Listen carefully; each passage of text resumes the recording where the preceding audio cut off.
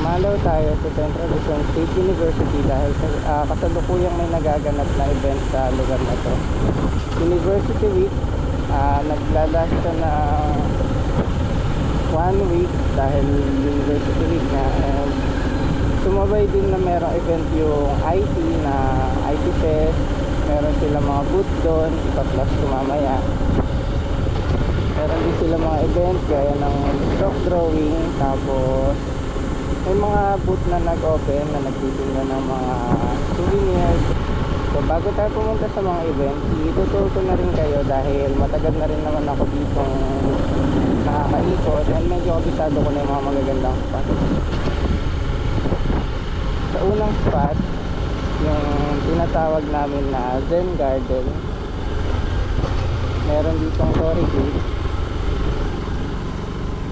Pakita ko sa inyo, maraming estudyante doon and meron mga fish pond sa tabi-tabi.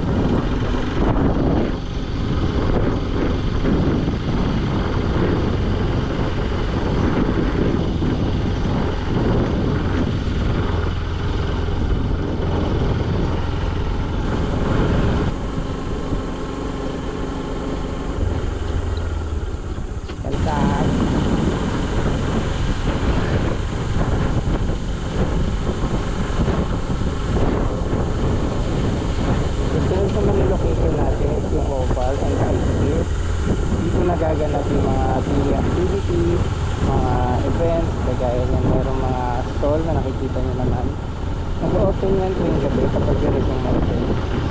Usually mga booth na nagtitinda ng pagkain. So yung community fiesta, yan yung favorite part namin na event dito sa University Week. Yung mga bahay na to, nakikita nyo yung kagaya nitong mga, ito yung parang sa kaklase ko, kila Ezekiel. Kapag community fiesta, nag-open house sila. Yung mga estudyante pwedeng pumasok hanggang sa lang, kahit pa paano sa veranda lang. Then makikita nila doon may mga libreng pagkain sinaserve ng mga homeowners sa mga estudyante. Halos lahat ng estudyante open yan. Tapos yung mga bahay, usually yung mga estudyante makikita nyo unang-una nagpa-pile up yan doon sa bahay ng mga professors, kasi usually nandun yung mga anong tawag doon, mga price na pagkain ba, mga lechon, mga gano'n. Doon nila na. For our third location, Lingap Kalikasan, ito yung lugar na tinatawag ng mga seniors sa Little Baguio ng Central Luzon State University. Makikita nyo yung structure ng pagkakagawa, yung mga puno, talagang may bubuga din. Kahit hindi naman ganun ka elaborate, pero makikita mong presko talaga. Hindi naman natutulog. Kasi may mga nagbibilan dito, mga papahinga. Kabilang dulo may mga dito. May mga available silang kubo na pwedeng tambayan ng mga estudyante. Puntahan natin.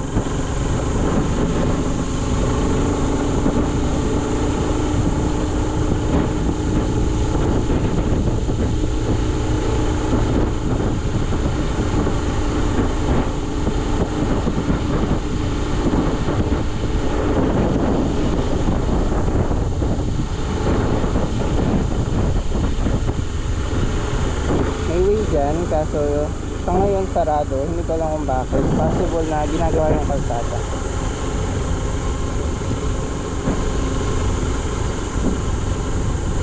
Dito naman sa area na to, ito yung sinasabi ko na area para sa mga kubo na pahingahan or hangout ng mga estudyante ng CLS. Open sila para kahit kanino. May mga lamesa, upuan.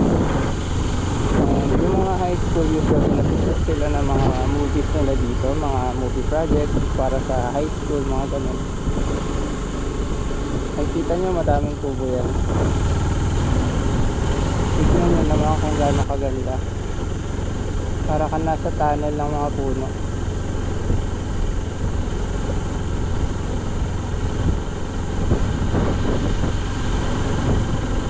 Maganda sana kung sakaling may mic tayo, no, i-eliminate natin yung wind noise para ASMR ba? Relax lang yung audio, yung tunog ng mahinang motor, gano'n.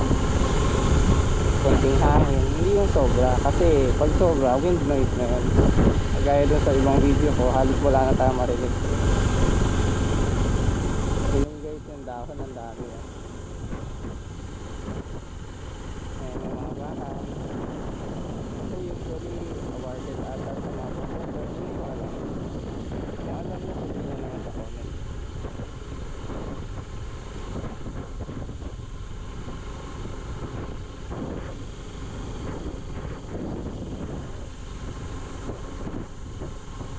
So yun, nakaisang loop na tayo ng Lingap Kalikasan ng Central Luzon State University. Lipat naman tayo sa susunod. Okay guys, arriving tayo sa fourth destination natin.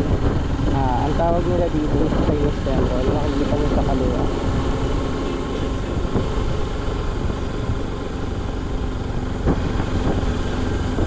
Actually, tawag nila dyan pavilion or something. Pero para madali, stick na lang tayo sa Chinese Temple.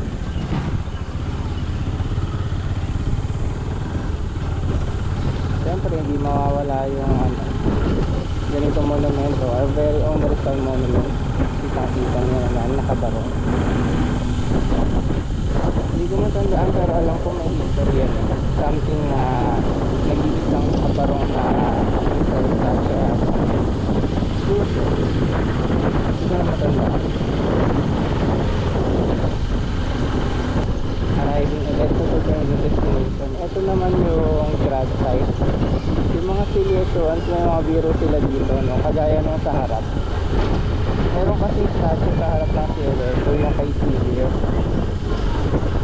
Sinasabi nila, pagka nag-picture ka daw doon, hindi ka na makakalit sa silhouette. Dito naman, yung biro nila dito sa grad site. Pagka student ka pa lang at hindi ka graduate, tapos umakyat ka dyan, hindi ka na daw makakagraduate. Kaya yung mga estudyante yung kilala ko, iiwas sila umakyat dyan. Ayan, grad site ng CLS. Malawak din, pero usually pag graduation, sakop nila yung pila hanggang dito sa highway. Sobrang traffic dyan. Sa right side natin, ito yung Tunnel of Trees na highway. Dadaan tayo dyan up. Ito sa right natin yung tinatawag na Kamali. Kita nyo marami yan, mga structure, mga farm. Usually mga technology ng kilo, so nakadito dyan. Pero liliko na tayo, kaya hindi na natin makikita ng arriving tayo sa final spot kung saan tayo nag-aaral. And currently, meron din event na nagaganap dito. Ma-cover natin yung karamihan sa event and ipag-class ko na lang sa screen. Ito yung IT department ng CLS. Meron banda sa dulo.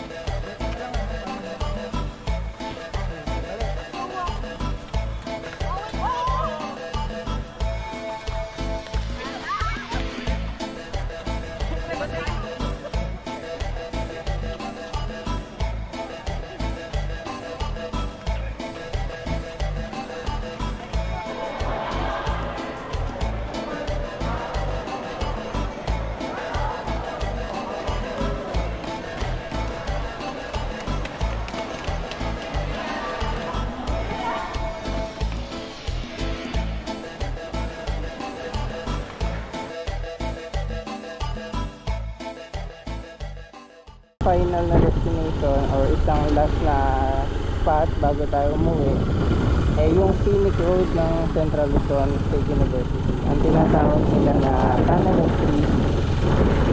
Dahil makikita nyo mamaya yung puno naka-arch dyan sa kalsada nito.